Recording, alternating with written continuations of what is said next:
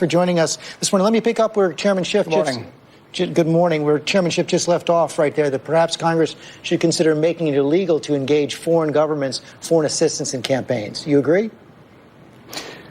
Well, I think the American people will be shocked and dismayed to know that Joe Biden's son was making $50,000 a month just a couple of months after he was dishonorably discharged from the military for drugs.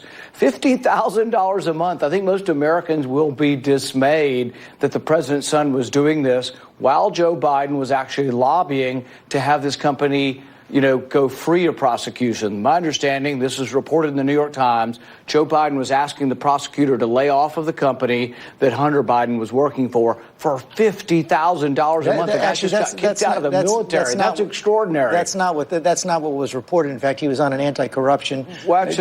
That's exactly what was reported, yes, that he got $50,000 a month right after he was kicked out of the military. That's exactly true, and nobody disputes that. That's very separate from what you just said about what the vice president was saying right there. How about this idea that the president could ask, it's appropriate for him to ask the attorney general to investigate the former vice president?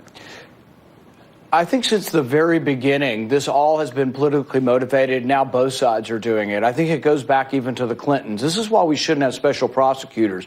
But one of the things that Adam Schiff and the other partisans don't understand is that if you're accused of a crime by a grand jury and they don't indict you, the prosecutor doesn't go all over town saying, we thought he did this, we thought he did this, this is all the evidence. That's why a grand jury is secret. See, the Mueller investigation said that the president did not commit any underlying crime. And so now they're all saying he obstructed justice about something that was not considered to be a crime. So this is really, I think, degenerated into partisan politics. And the best thing we could do at this point is say, let's get on with the country's business. Are there some underlying constitutional issues? Yes, the primary underlying constitutional issue here is whether or not the FISA court, which is supposed to spy on foreigners, which has a lower constitutional standard, can you use the FISA court to spy on a presidential campaign? Can you use the FISA court to seek information about Americans? That truly is a travesty and truly is unconstitutional, and that's the root of the problem we should be addressing. Well, as you know, there's no requirement that there being an underlying crime for obstruction of justice to exist. And you've got something like 800 former federal prosecutors who say they believe that the president would be prosecuted if indeed he weren't president right now. So you're not concerned about that at all? I think most Americans would disagree with that. I think most Americans would disagree with that. Most Americans would hate the idea that you're called in to talk to the FBI, and when you're called in, they say, what did you say on the phone to somebody 2 months ago? And if you describe that inaccurately, then the government's going to say, we're going to put you in jail even though there was no crime committed. No, people are horrified by the idea that you could put someone in jail for obstructing justice on something where you didn't commit the crime. Think about it from the perspective of the president. Isn't that exactly what happened to Martha Stewart?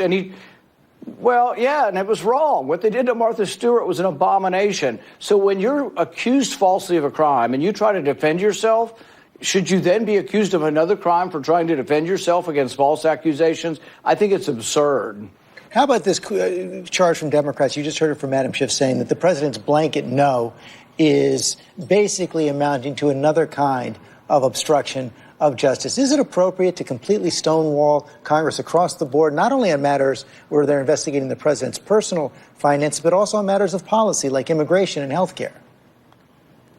I think the clip you played of Adam Schiff showed it accurately. He's a hypocrite. He was he was all for President Obama using executive privilege, and now he's against this president. The bottom line is we spent $35 million investigating the president. Their conclusion was there was no underlying crime. This whole kibitzing about, maybe he obstructed justice to try to hide an investigation about something he didn't do. This is absurd, and the American people know it. People have gone to their corners on it. But it's important to remember that this was politically motivated from the very beginning, from a political document from the Hillary Clinton campaign, and that should be investigated because we cannot allow the incumbent parties to weaponize the intelligence communities to spy on Americans or on political candidates or potentially their donors. So there is a real danger to this, and it is a constitutional one, but the Democrats have it completely upside down. The clips go both ways. Back when President Obama was asserting executive power, you attacked him for acting like a king. Let's show that. Someone who wants to bypass the Constitution, bypass Congress, that's someone who wants to act like a king or a monarch. The president acts like he's a king. Not only is it an abuse of power, I think it's almost leads us to a constitutional crisis of sorts. The president can't just do what he wants. He's not a king. He has to really get approval from Congress. So why isn't that hypocritical? Right. Well, and for your viewers, you will need to also remind them that I opposed President when he unconstitutionally Obama tried to make DACA or immigration law without Congress. I also opposed President Trump when he tried to spend money that wasn't appropriated. So I think I'm entirely consistent in saying no president should be king. That includes my president. So I took a lot of heat from people in my party by saying, well, you can't spend money that wasn't appropriated by Congress. But I did stand up with 12 other Republicans and say the same thing that I said for President Trump under President Obama. And I think that is consistent.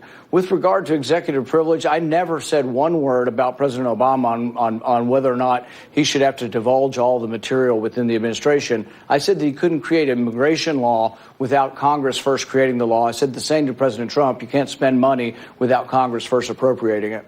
Before we go and ask you about the president's imposing of new tariffs on China on Friday, it looks like that trade war with China is escalating. Last year, you put out a tweet that said tariffs are taxes that punish American consumers and producers. If tariffs punish farmers, the answer is not welfare for farmers.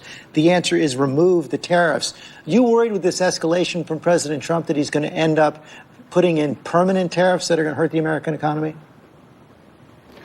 Yes, I know of a big prominent company in Kentucky that told me that the tax cut significantly helped them, but that the tariffs are almost equal in punishing them. The farmers in Kentucky are concerned about the tariffs, and I've talked to the administration about this. I've said my concern is that the great benefits of the tax cut, which have low unemployment and incredible economic growth, could be erased by this tariff war. As we ratchet it up with China, I'm very concerned. However, we're in the middle of this, and the president is playing a negotiating battle with the Chinese, and I think he feels that at this point they can't really back out. I think there are ways the Chinese market could open up, and that would be good, but I still have advised the administration, get this done, because the longer we're involved in a tariff battle or a trade war, the better chance there is that we could actually enter into a recession because of it.